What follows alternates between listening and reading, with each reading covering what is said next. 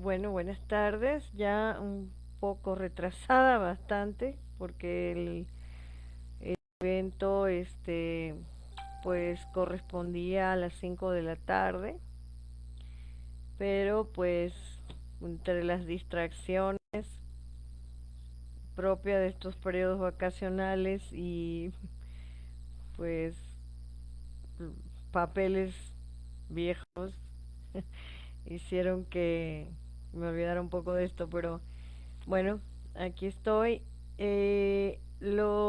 Hoy vamos a dar una videoconferencia sobre que es la sexta edición del Viernes de Información Científica, que es un viernes de información científica de difusión sobre el cáncer y la metastasis. Sin embargo, desde el año pasado y este año estamos haciendo un especial de coronavirus debido pues, a la epidemia, ¿no? A la pandemia. Este video está realizado esta, por Silvana Pertus, esta servidora, la doctora Silvana Pertus Belloso soy, de la UNAM y directora actualmente de la Fundación Bici Chimokai Molecular and Therapy, que quizás nunca he explicado el nombre, pero tiene que ver con breast cancer, Chimokai Molecular and Therapy. Chimokai es una palabra de origen griego que significa quimiotaxi o quimioatrayente y tiene que ver con factores del sistema inmunológico que son las que regulan el tráfico de eh, digamos, el tráfico de las células en el sistema inmunológico. Y esto pues también es una colaboración con el grupo de investigación eh, de cáncer en inmunología y metástasis que fue creado en el 2013 aquí en el estado de Hidalgo. Fue una iniciativa de de varios de mis estudiantes y yo, ¿no? Entonces de aquí anclamos la fundación para no crear otra página, ¿no? Entonces, a nombre del grupo de investigación del cáncer, de la inmunología del cáncer y de la metastasis y de la Fundación Visichimokai Molecular and Therapy, inauguramos hoy la sexta edición del Viernes de Información Científica. Este, eh, Básicamente de lo que se trata es de hablar un poco de la presentación de este viernes de información que surge del Journal Club de Biomedicina con el doctor Eduardo García Cepeda, fue mi tutor de doctorado en biomedicina en el Instituto de Investigaciones Biomédicas de la UNAM. Entonces de ahí surge esta idea, yo solamente la continué. Lamentablemente, pues por falta de tiempo no se ha podido hacer como muy en forma, pero voy a intentar o lo voy a hacer ya propiamente con cáncer e inmunología, ¿no? Y metastasis. Eh, Van a ver este primer encuentro, es un resumen de la quinta edición del Viernes de Información Científica, que es un programa que si bien empezó en el 2013, en realidad se le dio formato hasta el 2018, en donde se habló de los factores de riesgo que pueden estar asociados al cáncer, inclusive el uso de productos domésticos. Entonces se hizo una seguidilla de publicaciones de pequeños o de pequeñas informaciones que tenían que ver con el cáncer. y fueron artículos que se fueron publicando como Hawk o Spotting Live y se colocaron en el sitio nada más cada viernes, ¿no? Se hace cada viernes de principios de mes o de finales. Como esto es una promoción especial, pues va a ser 3 entregas en el mes de agosto que serán grabadas, no van a ser en vivo, porque esto es un poquito difícil para mí en cuanto a tiempos. Y el año pasado entonces estuvimos viendo la todo lo que es el, el coronavirus, cómo se generó, cómo fue que se expandió, cómo se convirtió en pandemia. Hablamos sobre todo de las mutaciones que lo hicieron saltar teóricamente, entre comillas, al humano. Y hablamos sobre todo de cuál fue la biología molecular que generó esta pandemia, esta infección en los humanos. Y luego hablamos de la epidemiología y bueno, veíamos en una figura que si la quieren consultar está en el canal de YouTube de Silvana Pertus y prontamente va a estar en el canal de Breast Cancer Studio 2020 y allí pueden ver cómo se iban generando los puntos en todo el mundo, ¿no? Cómo se iba expandiendo la infección. Acabamos con la idea de que era una zoonosis, también muy entrecomillados, porque pues mucha gente no está de acuerdo. Yo particularmente tengo dos hipótesis que trataré posteriormente, pero una de ellas, la más lógica, es la zoonosis. Entonces, de lo que trata esta sexta edición es de hablar de los retrovirus, entendiendo que el SARS-CoV-2 y el SARS-CoV-1 y el MER, el VIH, el virus de la influenza y por supuesto el virus de la leucemia felina, murina y homínida y de muchos mamíferos son retrovirus. Este SARS-CoV-2 no es la excepción, es un retrovirus, entonces vamos a definir qué es un retrovirus y vamos a ver los sitios de docking de y los receptores de unión de los virus a las células de mamíferos. Y docking significa los sitios de, digamos, de anclaje, por así decirlo, a los receptores de las células de mamíferos, tanto humanas como en el caso de el VIH y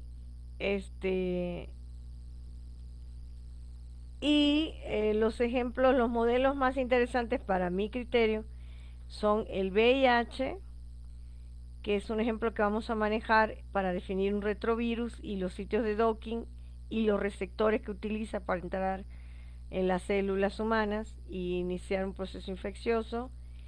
Y el segundo virus que vamos a tratar es el virus de la leucemia felina, que también es un modelo muy estudiado y no es fácil de entender, pero sí te ilustra el tipo de mutaciones que hay que impiden que los virus salten de unas especies a otras. Y el número de mutaciones que tienen que ocurrir en esas secuencias de docking y de binding para poder entrar en otra especie o en otra especie mamífera, porque vamos a hablar solo de mamíferos. Porque sabemos que los virus atacan a todas las especies de la Tierra y del árbol genealógico, o sea, del árbol de la vida, de Wolff, a toditos. Afecta desde las bacterias que tienen sus propios virus, que son los fagovirus, hasta las arqueas que no se pensaba que estuvieran impactadas y lo son. Las arqueas tienen unos virus muy sofisticados que tienen millones de años en esta tierra y junto con las arqueas, que son em, proteobacterias muy antiguas. Entonces, hasta las bacterias tienen sus propios virus, pasando por todas las especies, incluyendo las humanas. Y no es árbol genealógico, es árbol filogenético, perdón. Estaba también con una pintura de mi familia, que es un árbol genealógico. Y de eso va a tratar la sexta entrega de este viernes de información científica, en la sexta edición, que es una edición, es un dossier sobre el SARS-CoV número 2. Y vamos a hablar entonces de los retrovirus, qué son, y los sitios de binding, docking y los receptores en células de mamíferos, incluyendo el hombre, el ser humano, pues el Homo sapiens sapiens. Eh, Hay un antecedente que tiene que ver con la angiotestina 5, que aparentemente es un sitio clásico de del SARS-CoV número 2.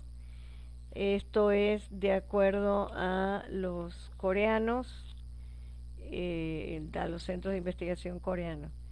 Ahora bien, para tener la angiotestina sobreexpresada, pues se tiene que tener efectivamente una enfermedad crónica de muchos años establecida y con un deterioro de los tejidos muy especial, muy difícil de resolver. Estamos hablando de infecciones muy crónicas a nivel del sistema respiratorio que dañan los tejidos, y estamos hablando de enfermedades crónico-degenerativas como son la fibrosis pulmonar, por ejemplo, se me ocurre, porque la angiotestina está asociada con la angiogénesis, con la neovascularización, que suele ocurrir en enfermedades crónicas, sobre todo a nivel de mucosas, y pulmones, por ejemplo, y en muchos órganos, eh, y solamente se genera en estados muy críticos. Eh, entonces, como molécula que genera angiogénesis o angiostasis, esto es una angiotestina, se genera angiogénesis, o sea, vascularización, neovascularización en tejidos que están impactados por enfermedades crónicas. Yo creo que la principal sería fibrosis pulmonar, puede generarse en rinitis crónica atrófica, y en otro tipo de enfermedades ya en órganos más internos, en enfermedades pancreáticas, renales, en muchas enfermedades, pero todas son crónicas. En un individuo normal la angiotestina 5 no se expresa, o se expresa en condiciones basales casi nunca, porque está muy regulada por todo el sistema. Entonces los coreanos aventaron esa hipótesis, o tiraron esa hipótesis al ambiente, y pues vamos a ver si eso es verdad o no. Nosotros además vamos a tratar ejemplos clásicos como el VIH y sus sitios de docking, que son la proteína GP 120, que se va a interaccionar con un receptor de quimiosina, que es CCL5, y también se pega a CXCR4, y aparentemente puede entrar también en macrófago a través de otros receptores menos clásicos. Al VIH le encantan, ama los linfocitos T, entonces allí entra a través de CCL5, que fue la primera interacción que se descubrió en los años 90, cuando se estaba estudiando el VIH y recién estábamos tratando de entender qué era lo que estaba pasando. Y lo más clásico de los años 60 es el virus de la leucemia felina. O sea, allí vamos a ver cuáles son las secuencias que hace que el virus felino sea solo felino, y que haya una leucemia murina y una leucemia felina. No hay casos humanos de leucemia. Hay un tipo de leucemia Hodgkin, pero la persona tiene que tener una coinfección, quizás con VIH, o tener algún tipo de inmunosupresión para que ocurran este tipo de infecciones, ¿no? Entonces, estas entregas se van a hacer 3 en el mes de agosto, cada viernes, es decir, están invitados el 13, el 20 y termina esta sexta edición el 27 de agosto. La cita es a las 5:30. Yo siempre pongo las 5, pero empiezo un poco tarde porque tengo que estar lidiando con eso, pero posteriormente yo les estaré compartiendo el link del canal a donde se van a ir depositando los videos, y aquí también se va a dejar una copia. Al final vamos a estar haciendo una síntesis, el último video es en vivo y ya sería ya lo que es en la primera semana del mes de septiembre. Entonces, bueno, sin más que referir, pues me despido de la manera más atentamente posible, indicando que se va a hacer en el mes de diciembre la séptima edición del Viernes de Información Científica sobre las mutaciones de SARS-CoV-2 y las variantes que están circulando en este momento. Y aquí hay 3 puntos que se van a abordar, que son las mutaciones SARS-CoV-2, cepas circulantes, evolución del virus, del retrovirus SARS-CoV-2, dinámica de poblaciones y evolución del virus SARS-CoV-2, y una hipótesis que es reguladores, virus como reguladores de las poblaciones humanas, o sea, como excelentes depredadores. Siempre un depredador tiene otro depredador, porque vivimos en una dinámica global, en un sistema global, en un ecosistema global, y siempre hay un depredador. Y el hombre ha sido sine qua non una de las especies más dañinas y más depredadoras de este mundo, de este globo terráqueo y de lo que es la vida, ¿no?, en el planeta. Sin embargo, hay hipótesis que indican que los virus son nuestros depredadores y nuestros reguladores. Incluso hay un dato que dice que el neandertal, Homo neandertal, pues desapareció a partir de una infección que pudo haber sido un virus que hizo que se diezmara la población, y que el Homo sapiens sapiens pues sobrevivió o fue resistente a esas infecciones que para los neandertales fueron mortales y fueron diezmando su número, aparte de otras o sea, de otros problemas a los que se enfrentaron y se extinguieron. Entonces, esa es una hipótesis que viene de esos pasajes. La octava edición del Viernes de Información Científica va a ser en el mes ya de enero del 2022, y pues vamos a hacer un pulso periodístico, un estudio periodístico. Pues yo el periódico que tengo a disposición es La Jornada, que ni muy muy ni tan tan, pero que es el que yo considero un poco mejor aquí en Hidalgo, ¿no? Y es el que ya tengo los puntos seleccionados. En este diseño está en construcción, pero vamos a ver el comportamiento según la prensa del virus SARS-CoV-2 y lo vamos a comparar con la realidad, que son las bases de datos internacionales como el NIH o OMS, que no es tan buena, pero que es lo que hay, ¿no? Hay otras bases de datos norteamericanas también, del Hawking. Entonces lo vamos a contrastar con la realidad. Está también la Secretaría de Salud Mexicana, que es buena también. Luego está el comportamiento de la población, que tiene que ver cómo asumió la población los retos y cómo manejó la prensa todo, si se fue al lado amarillista o al lado opacado, o porque nunca son equilibrados ni realistas.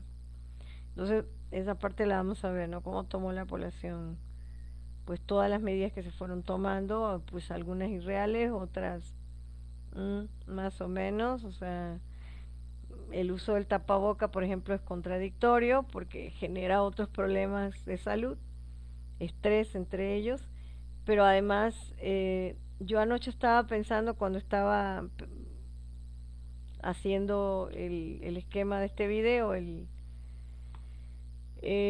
guión, que pues simplemente si nosotros estamos en una cancha de fútbol y observamos los arcos, pues vamos a ver el tamaño de las mallas, ¿no? Bueno, un tapaboca es eso, es algo como estos arcos estas mallas de los arcos de fútbol, en los cuales transita el aire como quiera, a la hora que quiera, ¿no? No detienen nada, más o menos así, porque estamos hablando de que un virus es una partícula más pequeña que las partículas de aire, son a nivel este pues atómico las partículas, pero de todas maneras el virus, para poder verlo necesitas de muchas técnicas, algunas de microscopía, que a lo mejor eso también convendría platicarlo aquí en este análisis. Y pues estamos hablando de nanómetros, o de o de este microscopios de fuerza atómica, o de microscopio que ya ven las proteínas. Estamos hablando de un nivel subatómico. Entonces, pues una mascarilla es como como las mallas de los arcos de fútbol. Esa es una mascarilla, para poner un ejemplo burdo. Y luego, pues yo creo que la técnica de taparse la nariz con un pañuelo, pues es de la época de Pasteur, y son normas de educación que ya tenemos instauradas todos, ¿no? Se creó la civilización y se crearon los pañuelos para taparse la nariz cuando se tosen. De alguna manera aquí pueden haber intereses económicos y también pueden haber intereses de desconfianza en cuanto a la población y a los hábitos de la población que fueron inculcados hace más de 2 siglos. Y estos tapabocas lo que son los pañitos de tela que después se convirtieron en Kleenex, valga la propaganda, pero bueno, en pañitos desechables, etcétera. Entonces, pues más bien eso lo que hace es que la gente se sienta sobreprotegida con las mallas de los arcos de fútbol, ¿no? En donde los virus van a entrar. Entonces lo que sí te protege es del fluke, que sí es una bola, o sea, un mucus más que forma bolitas que sí tienen más milímetros, y que eso sí lo detiene estas mascarillas. Y también hablamos de la sana distancia, que es otro precepto pues basado en una física de que los fluques a algunos individuos pueden lanzarlo hasta con un destornudo o tos hasta 1.5 metros más o menos, las bolitas estas. Pero también aquí se están desafiando las leyes de física, porque yo no creo que las bolitas aguanten tanto, ¿no? Llegan al piso y se destruyen. Quizás en el piso, en los zapatos, ahí sí te creo que pueden haber muchos virus que tú llevas a tu casa, a tu closet, ¿no? Y esa parte también se controló con los pads de la entrada de las casas, que también ya estaban hace mucho tiempo. Entonces, pues aquí yo veo más intereses económicos que realmente una protección. Yo creo que, pues no sé, la protección es mantener el sistema inmunológico a punto, y mantener una buena dieta y librarse del estrés. Esas serían las medidas que yo hubiera colocado. Y hacer ejercicio, que no hacemos, que al contrario nos encerraron y eso nos generó más problemas. Entonces, aquí hay más intereses económicos que médicos, e incluso ya se tenían terapias establecidas para las pulmonías. El SARS-CoV-2 lo que genera es un síndrome pulmonar, que es muy, muy agudo, y puede, como todas las pulmonías de este sistema, de este mundo, todas las pulmonías que afectan al humano son peligrosas y mortales. No hay ni una que sea más leve que otra. Ya sea por influenza, ya sea por corinebacterio, ya sea por algunos tipos de Neisseria, etcétera, o de neumococos, y otras alteraciones, otras bacterias que pueden llegar a generar pulmonías atípicas. Pues las pulmonías virales son consideradas atípicas justamente porque no se tiene un tratamiento específico, entonces se tiene que recurrir a extremos, a generar como choques en el organismo para que la persona salga. Entonces eso ya también se sabía hace como 50 años atrás, entonces de repente ignoraron todos los protocolos que existen para tratar neumonía porque lo que querían vender en el fondo era una vacuna. Yo lo veo así en mi punto de vista. Entonces, y nos las vendieron y nos las metieron, como dicen los caribeños. Entonces, y nos las tendremos que poner porque van a empezar a pedir pasaportes verdes, como dice Javier Mata, pues con los perfumes de la reina o no, a la mexicana o con los perfumes de la reina de Inglaterra o de las otras reinas de Europa, pero pues no las van a empezar a exigir como las cartillas iniciales. Mi experiencia con las vacunas es pésima como persona. Varias veces me llevaron al hospital cuando yo era chica, porque me ponían las vacunas y acababa en un hospital, porque hago reacciones. Y eso tiene que ver con la forma como las hacen. Les ponen un activador del sistema inmunológico que usualmente es GOBA y que a algunos seres humanos nos hace daño, ¿no? Entonces, yo como a mí no me han dicho de qué están hechas las vacunas actualmente, bueno, nos dicen de qué es, que es una RNA, pero no nos dicen con qué la están acoplando y eso es súper importante para personas alérgicas ya con un mal antecedente con muchas de las vacunas clásicas, ¿no? O sea, yo tuve problemas con una vacuna contra la rubiola, creo, y que bueno, que pues casi me quedo sin patas, ¿no? Porque se me quedó tiesa la pata por mucho tiempo y nadie sabía qué era lo que estaba pasando, ¿no? Yo lo superé porque era niña, pero ahorita me la ponen y quedo con la pata tiesa y me quedo con la pata tiesa. Nadie me la va a resolver, ¿no? Entonces, bueno, el estudio de la vacuna es muy riguroso y lleva mucho tiempo. Ahora, los rusos lanzaron una idea interesante. Ellos tienen un tratamiento ya que nadie le paró pelotas porque era menos, menos dinero para las bolsas de las farmacéuticas que la vacuna, ¿no? Pero los rusos no solo dijeron tiene un 92% de actividad, o sea, de efectividad la vacuna, y también lanzaron una idea de que ellos tenían 20 años desde que apareció el MER, que ellos piensan que esto ha sido una evolución del primer virus que saltó de, de los camellos a los humanos y de los estos murciélagos a los humanos, ¿no? Que tienen más o menos unos 20 años haciendo estudios, desde que apareció el primer desafío con respecto a pulmonías virales. Entonces, eso fue lo que me tranquilizó, que no tienen año y medio, que es falso. Los demás se piratearon las fórmulas de Rusia, no sé cómo, pero se las piratearon. Y algunos hasta mal pirateadas, ¿no?